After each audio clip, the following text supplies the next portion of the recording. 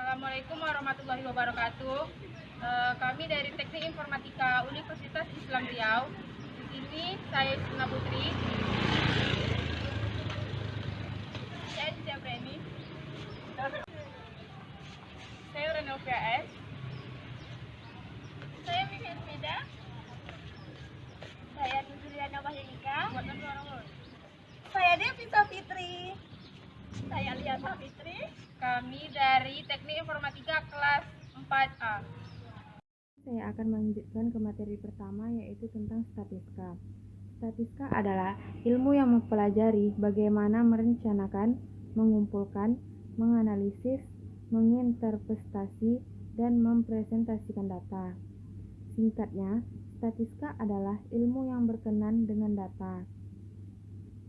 Istilah statistika dalam bahasa Inggris yang tulisannya statistik berbeda dengan statik. Statistika merupakan ilmu yang berkenan dengan data, sedangkan statistika adalah data, informasi, atau hasil penerapan algoritma statistika pada suatu data. Dari kumpulan data, statistika dapat digunakan untuk menyimpulkan atau mendeskripsikan data. Ini dinamakan statistika deskriptif. Sebagian besar konsep dasar statistika mengonsumsikan teori probabilitas.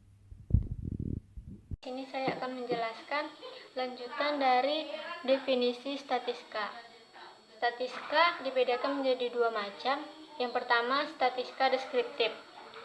Statistika deskriptif adalah statistika yang berkaitan dengan metode atau cara mendeskripsikan, menggambarkan, menjabarkan, atau menguraikan data. Statistika deskripsi mengacu pada bagaimana menata, menyajikan, dan menganalisis data yang dapat dilakukan misalnya dengan cara lain, yaitu dengan membuat tabel distribusi, frekuensi, dan diagram atau grafik. Yang kedua, statistika inferensia adalah statistika yang berkaitan dengan cara penarikan kesimpulan berdasarkan data yang diperoleh dari sampel untuk menggambarkan karakteristik dari suatu populasi.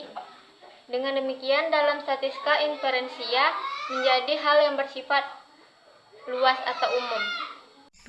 Probabilitas. Jadi ya teman, probabilitas adalah harga angka yang menunjukkan seberapa besar kemungkinan suatu peristiwa terjadi di antara keseluruhan peristiwa yang kemungkinan terjadi. Contoh, sebuah dadu. Untuk keluar mata 5, saat pelemparan dadu tersebut, 1 kali adalah 1 kurang 6, karena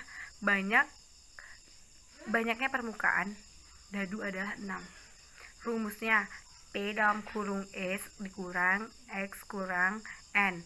P probabilitas, E itu event kejadian, X itu jumlah kejadian yang diinginkan dalam kurung peristiwa, lalu N itu keseluruhan kejadian yang mungkin terjadi.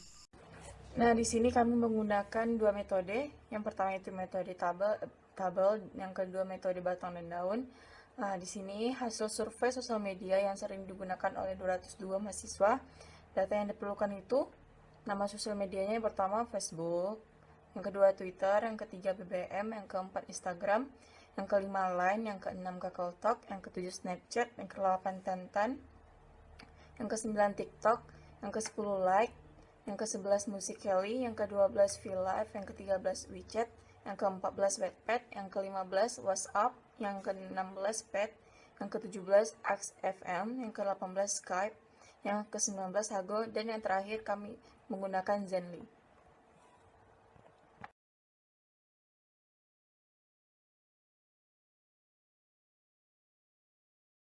Di sini saya akan menjelaskan materi selanjutnya, di mana kami kemarin telah melakukan survei kepada 202 mahasiswa, di mana survei itu adalah survei penggunaan aplikasi sosial media, yaitu aplikasinya sebagai berikut.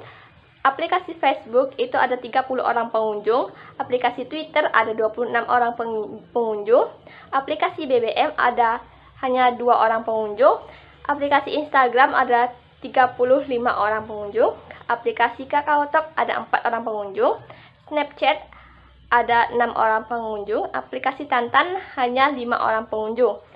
Aplikasi TikTok itu ada 10 orang pengunjung, Likee itu hanya 3 orang pengunjung, dan aplikasi Musical.ly itu hanya 1 orang pengunjung, guys. Dan aplikasi selanjutnya, aplikasi VLive itu hanya 4 orang pengunjung. Aplikasi WeChat itu 8 orang pengunjung. Wattpad itu ada 9 orang pengunjung. WhatsApp itu ada 33 orang pengunjung. Aplikasi Pet itu pengunjungnya hanya 2 orang.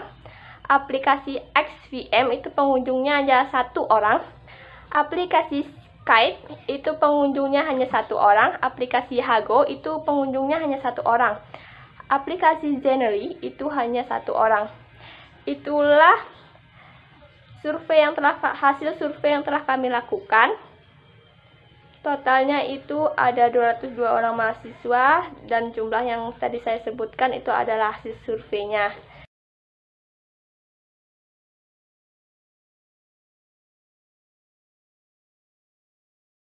Setelah berhasil mengumpulkan data, lalu urutkan terlebih dahulu. Kemudian, kita melakukan pengelompokan data distribusi frekuensi, menghitung harga-harga tengah, menghitung mean, median, kuartil, desil, persentil, dan modus, serta menghitung harga-harga deviasi. Seperti berikut. Baiklah, yang pertama pengelompokan data distribusi frekuensi. Di sini ada nilai dan frekuensi. Nilai di sini yang telah kita urutkan tadi. 1 dan 2 ada 7, 3 dan 4 ada 3, 5 dan 6 ada 2, 8 dan 9 ada 2, 10 sampai 20 ada 2, 26 sampai 30 ada 2, 33 sampai 35 ada 2. Selanjutnya menghitung harga-harga tengah. Di sini terdapat 5 kolom, yaitu kolom nilai, tepi kelas, frekuensi, nilai tengah, dan frekuensi dikali nilai tengah. Nah, tepi kelas di sini didapatkan dari batas bawah kurang 0,5 dan dikurangkan batas atas ditambah 0,5. Dan inilah bentuk hasil min, median, kuartil bawah, kuartil atas, desil, persentil, dan modus beserta rumus-rumusnya. Dan data yang didapatkan di sini yaitu data yang sudah ada di harga-harga tengah tadi dan nilai frekuensi tadi. Nah, berikut ini merupakan tabel harga deviasi. Dari yang kita lihat di sini dapat kita cari mean deviasi, deviasi standar, dan variansinya mengikuti rumus-rumus yang ada. Saya di sini akan meneruskan penjelasan dari Cici Apriani. Saya menjelaskan tentang dashboard dan kesimpulan makalah survei tentang media sosial. Pertama, saya akan menjelaskan tentang dashboard.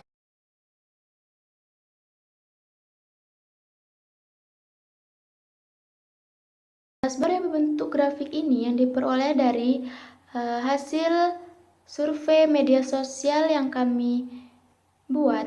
Hasil survei bisa dilihat di mana sosial media Instagram sering dikunjungi oleh 200 mahasiswa yang kami survei.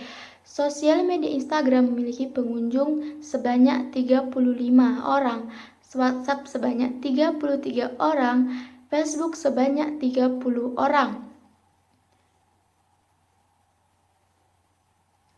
Dan seterusnya saya akan menjelaskan tentang kesimpulan makalah survei media sosial kami.